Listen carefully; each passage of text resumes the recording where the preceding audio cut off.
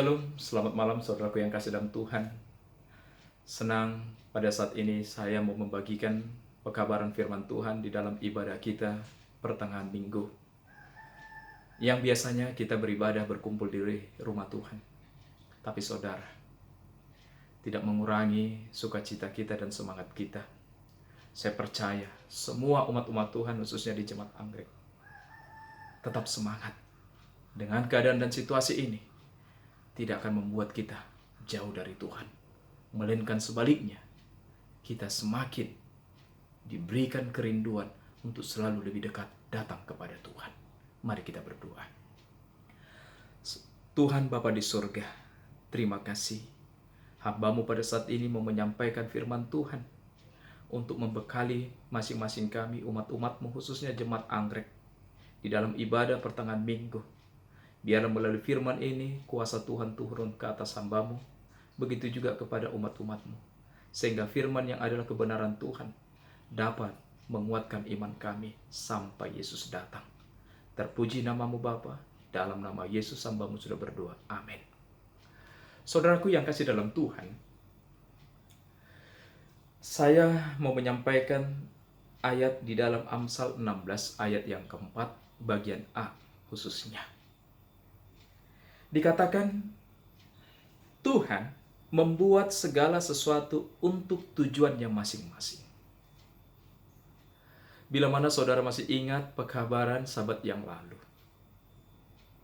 berpemikiran positif.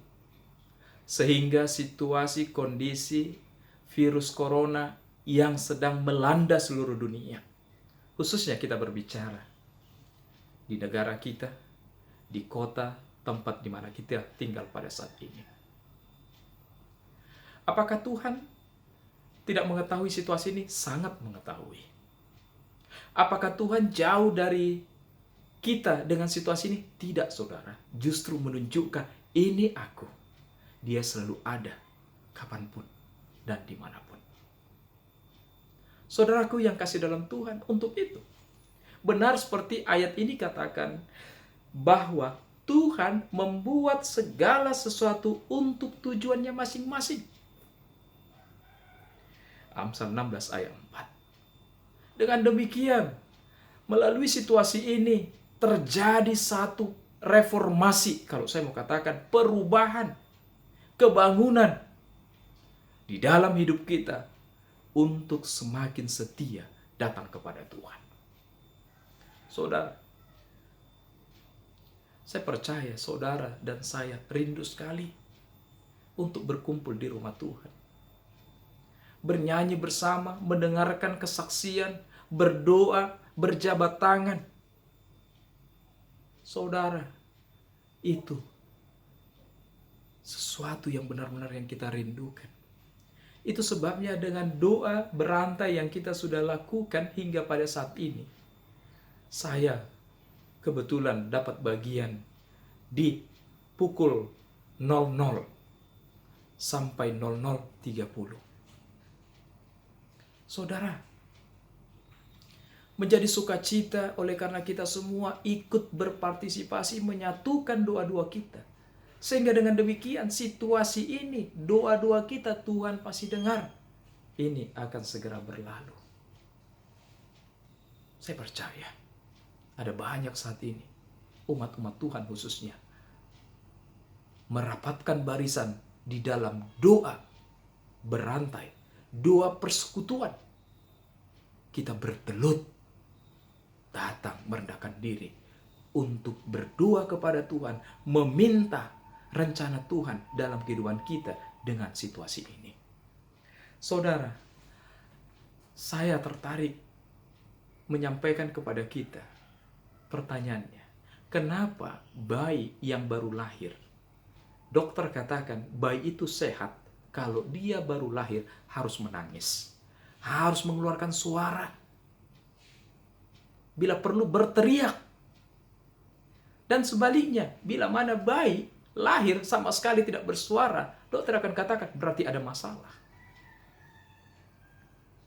Saudaraku, justru yang saya tempatkan dalam pemikiran saya untuk saya renungkan, Kenapa setiap bayi yang baru lahir harus menangis? Tidak lain oleh karena apa? Saya bisa katakan, selamat datang di dunia yang penuh dengan kesusahan. Di dunia yang penuh pergumulan. Karena di dunia saat ini, dunia yang penuh dengan dosa. Saudara, sehingga tidak heran, saudara dan anak bayi yang baru lahir, kita semua punya beban saat ini. Punya kesusahan untuk menghadapi kondisi, situasi pada saat ini. Bukan hanya kita, seluruh umat-umat Tuhan, seluruh manusia yang ada di planet bumi ini. Semuanya sangat takut. Semuanya khawatir menghadapi situasi virus corona pada saat ini. Ada banyak orang di dalam PDP, ODP, ataupun sampai meninggal. Ada banyak juga kita lihat para petugas medis, volunteer. Mereka memberikan hidup mereka, berjuang, menaruhkan nyawa di dalam pelayanan tanggung jawab tugas yang mereka emban pada saat ini. Itu sebabnya saudaraku, di mana kita hidup pada saat ini, memang menjelang kedatangan Tuhan yang tidak lama lagi, sesungguhnya segala sesuatu akan ada hal-hal yang akan terjadi. Namun dalam hal ini saudara, jangan sampai kalaupun terjadi hal-hal yang sangat menyulitkan, menyakitkan, bukan berarti membuat kita tawar hati kepada Tuhan. Kita justru semakin mendekatkan diri kepada Tuhan. Contoh, walaupun kita ibadah dari rumah, tetap semangat. Jangan sampai kita membuat posisi kita semakin jauh dari Tuhan. Saudara, dikatakan di dalam Mazmur 107 ayat Mazmur pasal 107 ayat 17 sampai 20. Saya bacakan. Ada orang-orang yang menjadi sakit oleh sebab kelakuan mereka yang berdosa, disiksa oleh sebab kesalahan-kesalahan mereka. Mereka muak terhadap segala makanan dan mereka sudah sampai pada pintu gerbang maut. Maka berseru-serulah mereka kepada Tuhan dalam kesesakan mereka, dan diselamatkannya mereka dari kecemasan mereka, disampaikannya firman-Nya dan disembuhkannya mereka, diluputkannya mereka dari liang kubur. Inilah yang sesungguhnya dunia lakukan saat ini, khususnya kita sebagai umat-umat Tuhan dan teristimewa Jemaat Anggrek.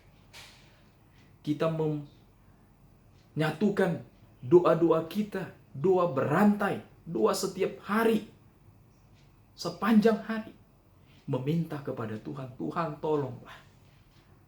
Kami orang berdosa. Kami sudah dekat dengan kematian. Kami tidak tahu akan hari esok, tapi dengan kuasa-Mu kami percaya kami boleh diluputkan dari virus corona. Kami semua didapati boleh dalam keadaan sehat.